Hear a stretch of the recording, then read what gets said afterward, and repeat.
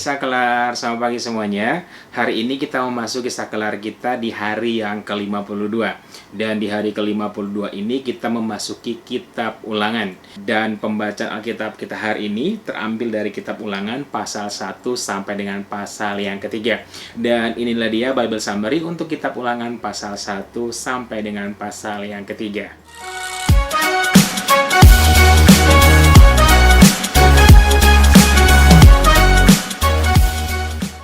Pada kitab Bilangan pasal 1 ini dibuka dengan sebuah perikop. Musa meriwayatkan pengalaman di Gunung Horeb. Jadi di sini diceritakan bagaimana pada tanggal 1 bulan yang ke-11 tahun yang ke-40 Tuhan memerintahkan kepada orang Musa untuk maju untuk memerangi orang Amori. Kemudian masih di pasal 1 ini dilanjutkan dengan perikop riwayat pengangkatan hakim-hakim. Jadi di sini kembali Musa menceritakan kisah bagaimana hakim-hakim diangkat untuk membantu Musa dalam memimpin bangsa Israel. Adapun yang dipilih adalah orang-orang yang berpengalaman dan orang-orang yang bijaksana. Dari semua yang dipilih ini, maka lahirlah pemimpin-pemimpin untuk pasukan 1000, untuk pasukan 100, untuk pasukan 50, dan untuk pasukan secara keseluruhan. Dan selain memimpin, tugas mereka adalah menghakimi bangsa Israel. Jadi kalau ada perselisihan, ada masalah di antara mereka, maka sebelum permasalahan ini sampai kepada Musa, mereka akan mencoba untuk mengadili atau menghakimi dengan seadil-adilnya. Tetapi bila hal ini terlalu sukar, barulah perkara itu dinaikkan sampai kepada Musa. Kemudian masih di pasal 1 ini dengan judul perikop riwayat ke-12 pengintai. Kembali di sini Musa meriwayatkan atau menceritakan bagaimana orang Israel mendekati Musa untuk memberi sebuah ide. Sebelum mereka memasuki tanah Kanaan, mereka meminta supaya Musa mengirimkan 12 pengintai. Ke-12 pengintai ini diambil dari 12 suku. Jadi satu suku masing-masing diwakili oleh satu pengintai. Dan para pengintai ini mengintai melalui lembah Eskol. Di lembah Eskol mereka mengambil bukti daripada kesuburan tanah tersebut. Tetapi setelah sepulangnya mereka dari sana, orang Israel malah menggerutu. Mereka bersungut-sungut dan mereka merasa putus asa karena memang ke-12 pengintai ini, terutama karena memang kebanyakan daripada pengintai ini memberikan kabar yang tidak sedap bahwa negeri itu ada raksasa, bahwa kotanya berkubu. Dan di sini Musa menceritakan bagaimana Musa meyakinkan bangsa Israel agar tidak bersungut-sungut dan mau masuk ke dalam negeri atau tanah Kanaan yang sudah mereka intai itu. Kemudian perikop dilanjutkan dengan riwayat hukuman atas Israel. Kemudian persungutan ini sampai kepada Tuhan dan Tuhan menjadi marah atas bangsa Israel karena ketidakpercayaan mereka, karena rasa takut lebih menguasai mereka daripada pertolongan Tuhan. Oleh karena itu Tuhan menghukum semua orang Israel, orang yang berumur 20 tahun ke atas tidak boleh masuk ke dalam negeri Kanaan kecuali Kaleb bin Yefun. Dan di sini juga Musa sedikit curcol karena hukuman ini tidak hanya berlaku buat orang Israel saja, bahkan buat Musa sendiri juga mengalami hukuman ini. Jadi Musa tidak masuk ke dalam tanah Kanaan. Masih di pasal 1 dengan judul perikop riwayat kegagalan serangan ke selatan. Jadi setelah Tuhan menghukum orang Israel menjadi menyesal dan mereka mencoba untuk menyerang ke selatan. Mereka mencoba menaiki daerah pegunungan yang dimana itu ditempati oleh orang Amori. Penyerangan ini tidak atas izin Tuhan. Ini hanya sekedar bersifat emosional. Sehingga ketika mereka naik tanpa izin Tuhan, orang Amori turun dan mengejar orang-orang Israel dan mengalahkannya sampai ke Seir dan ke Horma. Kemudian memasuki kitab Bilangan pasal 2 dengan judul perikop riwayat perjalanan di padang gurun. Jadi di sini Musa menceritakan sebanyak 38 tahun perjalanan orang Israel itu diceritakan pada riwayat ini. Israel berangkat dari Laut Tebrau, kemudian mereka melewati negeri Esau. Tetapi negeri Esau ini sendiri tidak boleh diperangi karena negeri Esau ini adalah saudara orang Israel sendiri. Dan Tuhan tidak memberikan sedikit pun negeri Esau kepada orang Israel. Jadi selama orang Israel lewat di negeri ini, baik makanan, baik minuman, orang Israel harus membelinya. Setelah melewati negeri orang Esau, kemudian orang Israel melewati Moab. Sama, Esau dan Moab adalah saudara orang Israel. Oleh karena itu Tuhan juga tidak memberikan tanah daripada tanah Moab ini kepada orang Israel. Jadi apapun yang mereka butuhkan, mereka harus membeli ke Moab. Lamanya perjalanan ini, yaitu dari Kades Barnea sampai ke Sungai Jered, itu memakan 38 tahun. Selama perjalanan ini, semua orang-orang yang bermasalah waktu pengintaian tadi, atau orang-orang yang berumur 20 tahun ke atas begitu keluar dari Mesir, mereka mati semua. Jadi memang sengaja 38 tahun itu adalah masa di mana orang-orang yang bebal, orang-orang bersungut-sungut ini dibinasakan terlebih dahulu di padang gurun. Kemudian orang Israel melanjutkan perjalanannya ke Amon. Di Bani Amon pun orang Israel tidak boleh menyerang, karena Bani Amon juga masih merupakan saudara orang Israel. Bani Amon ini masih keturunan daripada Lot, dan Tuhan tidak memberikan sedikit pun tanah dari Bani Amon kepada orang Israel.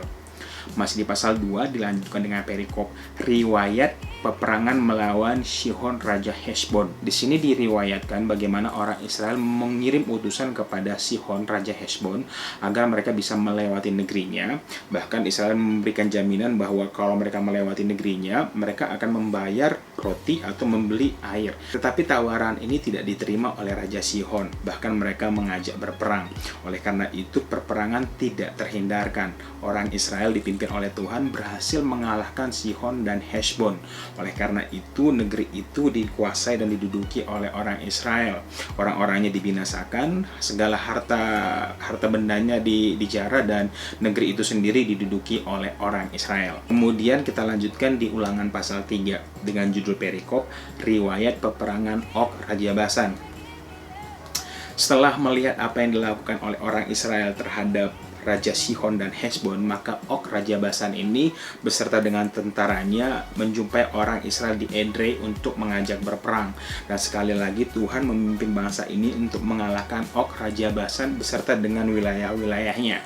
Dan negeri Og sendiri atau negeri Basan sendiri akhirnya dikuasai oleh orang Israel, penduduknya dibinasakan dan hewan ternak mereka dijarah. Kemudian masih di pasal 3 dilanjutkan dengan perikop riwayat penyerahan daerah sebelah timur Sungai Yordan. Jadi negeri raja orang Amori, baik itu Raja Sihon atau Raja Og, raja negeri Basan ini ternyata cukup subur untuk peternakan. Oleh karena itu suku Ruben dan suku Gad sangat tertarik untuk memiliki tanah ini sebagai tanah pusaka mereka, dan mereka meminta kepada Musa. Dan Musa akhirnya memberikan negeri ini kepada Ruben. Dan akhirnya memang Musa memberikan negeri ini kepada suku Ruben, suku Gad, dan suku Manasye, dengan catatan apabila mereka ikut berperang dengan saudara-saudara mereka menyeberang ke tanah Kanaan untuk mengalahkan tanah Kanaan dan merebut tanah Kanaan kepada suku-suku lainnya. Dan dengan demikian, negeri itu akhirnya menjadi milik Ruben, Gad, dan separuh dari suku Manasye. Kemudian masih di pasal 3, perikop dilanjutkan dengan Musa tidak diperkenankan Tuhan masuk ke tanah Kanaan. Jadi di sini diceritakan bahwa ternyata Musa itu sangat ingin sekali masuk ke dalam tanah Kanaan, dan dia mengajukan lagi permintaan ini kepada Tuhan, sampai Musa menceritakan Tuhan itu marah dan mengatakan cukup, gitu ya. Tuhan mengatakan bahwa cukup, bahwa Musa hanya boleh melihat tanah Kanaan itu dari puncak Gunung Pisga. Di puncak Gunung Pisga, Tuhan memerintahkan kepada Musa untuk memberikan atau melanjutkan kepemimpinan dari dia kepada pelayannya, yaitu Yosua. So itu dia Bible Summary untuk kitab Ulangan pasal 1 sampai dengan pasal 3. Dan sekarang saatnya kita masuk ke dalam renungan kita hari ini.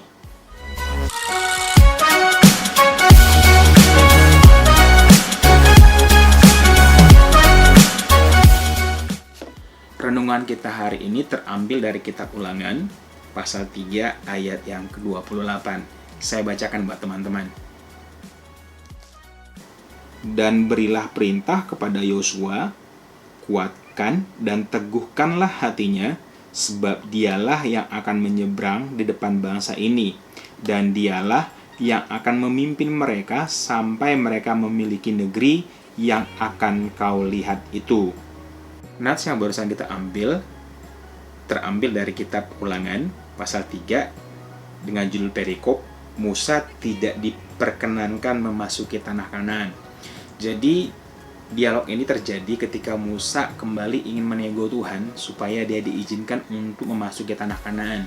Tetapi sekali lagi berhubungan dengan dosa di Meriba, di mana Musa dan Harun lalai dan tidak menghormati kekudusan Tuhan, maka Tuhan menetapkan Musa tidak bisa memasuki tanah Kanaan. Dan Musa dan Tuhan memerintahkan kepada Musa agar melanjutkan kepemimpinan atau memberikan kepemimpinan tersebut kepada hambanya atau kepada pelayannya yang bernama Yosua. Dan kalau kita cermati kalimat-kalimat di sini adalah kalimat-kalimat yang luar biasa. Saya bacakan sekali lagi buat teman-teman. Dan berilah perintah kepada Yosua. Kata ini sangat menarik sekali bahwa Musa memberikan perintah kepada Yosua. Apa yang kita bisa simak dari kata perintah? Ketika seseorang memerintah kita dan kita melakukan perintah seseorang, maka yang kita lakukan itu bukan keinginan kita, tetapi yang kita lakukan tersebut adalah keinginan yang memerintah. Pada ayat ini kita melihat dengan jelas bagaimana Tuhan memberitahukan kepada Musa supaya melanjutkan perintah. Di sini diceritakan bahwa kepemimpinan yang dimiliki Yosua itu bukan kepemimpinan untuk kepentingan dirinya sendiri, tapi kepemimpinan lanjutan daripada Musa yang diberikan oleh Tuhan. Jadi di sini Yosua ditekankan bahwa ketika dia memimpin bukan buat kepentingan dirinya sendiri, tapi dia memimpin itu demi kepentingan Tuhan. Oleh karena itu ada kata perintah. Karena sekali lagi apabila kita melakukan perintah, yang kita lakukan itu bukan kemauan kita, tetapi kemauan yang memberi perintah. Jadi di sini sekali lagi dengan jelas Tuhan memberikan perintah, artinya Tuhan ingin Yosua memimpin bangsa Israel, bukan kepentingan Yosua, tapi kepentingan Tuhan. Kemudian kita lanjutkan, kuatkanlah dan teguhkanlah hatinya. Di sini Musa memberikan arahan sekali lagi kepada Yosua supaya Yosua itu kuat dan teguh hatinya dalam memimpin. Bahwa ketika dia memimpin itu, Yosua tidak memimpin berdasarkan kemampuannya, tetapi Yosua memimpin berdasarkan otoritas yang daripada Tuhan. Oleh karena itu, apapun yang diperintahkan oleh Yosua kepada bangsa Israel, maka ada kekuatan di situ, ada penyertaan Tuhan di situ, sehingga Yosua tidak bersandar pada kemampuan dia pribadi. Karena jujur aja, untuk memimpin bangsa Israel itu memang sangat keras kepala. Kemudian saya lanjutkan, sebab dialah yang akan menyeberang di depan bangsa ini, dan dia akan memimpin mereka sampai mereka memiliki negeri ini. Perhatikan kata-kata sebab dialah yang akan menyeberang di depan bangsa ini. Artinya begini, kepemimpinan yang diberikan kepada Yosua adalah kepemimpinan model keteladanan. Jadi di sini jelas sekali bahwa ketika memerintah, Yosua itu harus ada di depan, Yosua itu harus menjadi teladan, Yosua itu harus menginspirasi. Jadi memang kepemimpinan yang diberikan kepada Yosua ini bukan kepemimpinan pribadi, bukan kepemimpinan nyuruh-nyuruh, tapi kepemimpinan keteladanan dan kepemimpinan yang menginspirasi. Jadi Yosua memang harus ada di depan. Dan apabila Yosua melakukannya dengan baik, di sini firman Tuhan mengatakan, mereka memiliki negeri yang akan kau lihat itu. Jadi, benefitnya itu di akhir. Pada akhirnya, nanti Yosua juga akan menikmati negeri tersebut. Tetapi, gaya kepemimpinan yang kita lihat di sini itu jelas sekali bahwa Yosua itu memimpin bukan buat kepentingan dia pribadi. Kepemimpinan yang dimiliki itu kepemimpinan atas dasar perintah. Kepemimpinan yang diberikan kepada Yosua itu kepemimpinan otoritas. Kepemimpinan bukan atas kemampuan dia sendiri. Jadi dia memimpin itu karena memang Tuhan memberi perintah, Tuhan memberikan kuasa, Tuhan memberikan otoritas dalam hidupnya. Dan kepemimpinan Yosua itu sendiri adalah kepemimpinan bergaya keteladanan yang menginspirasi. Dan model kepemimpinan yang dialami atau dipegang oleh Yosua ini sepintas memang tidak mengalami benefit, tidak ada keuntungan buat dia diri sendiri. Dan kalau kita lihat Musa pun memang demikian. Ketika terjadi perdebatan dengan Korah, Musa sampai ngeluh sama Tuhan. Dia bilang, Tuhan, gue gak pernah ngambil seekor keledai pun dari bangsa Israel, tapi mereka kenapa begini sama saya? Jadi benar-benar sekali, baik Musa maupun Yosua memiliki pola kepemimpinan yang sama, bahwa kepemimpinan bukan buat kepentingan diri sendiri, tapi kepemimpinan ini memang sesuatu yang Tuhan mau, Tuhan yang perintahkan. Walaupun nanti pada ujungnya ada benefit, di mana Yosua bersama-sama menikmati tanah Kanaan. So, pelajaran apa yang kita bisa miliki atau kita kutip pada pagi hari ini daripada nats yang kita baca? Pelajaran yang kita bisa lihat adalah memang kalau Tuhan kasih kesempatan kita buat memimpin, atau Tuhan kasih kesempatan buat kita untuk memulai sesuatu, untuk memegang sesuatu, ingat bahwa apapun yang kita miliki, apapun yang kita mulai, apapun yang kita pimpin, apapun yang kita kerjakan, kita harus menaruh kepentingan Tuhan di atas daripada segala sesuatunya. Dan karena memang apa yang kita kerjakan, apa yang kita buat adalah Tuhan yang suruh, maka kita harus berteguh hati, kita harus berkuat hati apapun hasilnya. Itu it's not about us, ini bukan tentang kita, tetapi tentang Tuhan. Dan ingat, hidup kita itu harus menjadi teladan dan harus menginspirasi. Karena zaman sekarang ada begitu banyak orang pintar, ada begitu orang hebat, tapi tidak memiliki karakter, tidak memiliki keteladanan, sehingga hidup mereka hanya untuk hidup mereka sendiri. Apa yang Tuhan rencanakan, apa yang Tuhan telah terapkan dalam hidup mereka, apa yang Tuhan telah susun, rancangkan dalam hidup mereka untuk dipenuhi, tidak dapat terpenuhi. Dan memasuki tanah Kanaan atau memasuki tanah perjanjian, menikmati tanah perjanjian, bercerita tentang bagaimana apabila kita berhasil hidup berdasarkan pimpinan Tuhan, hidup berdasarkan perintah Tuhan, hidup menjadi teladan, hidup menjadi inspirasi buat orang lain, maka kita masuk ke tanah Kanaan, kita menikmati berkat yang daripada Tuhan. So, itu dia buat saklar kita hari ini. Sampai ketemu besok di saklar hari yang ke-53. Dan mari kita berdoa buat dunia, buat bangsa kita, buat keluarga kita, supaya corona ini secepat mungkin bisa dilalukan, sehingga segala sesuatu kembali berjalan normal sebagaimana mestinya. So, sampai ketemu besok di saklar hari yang ke-53. Dadah.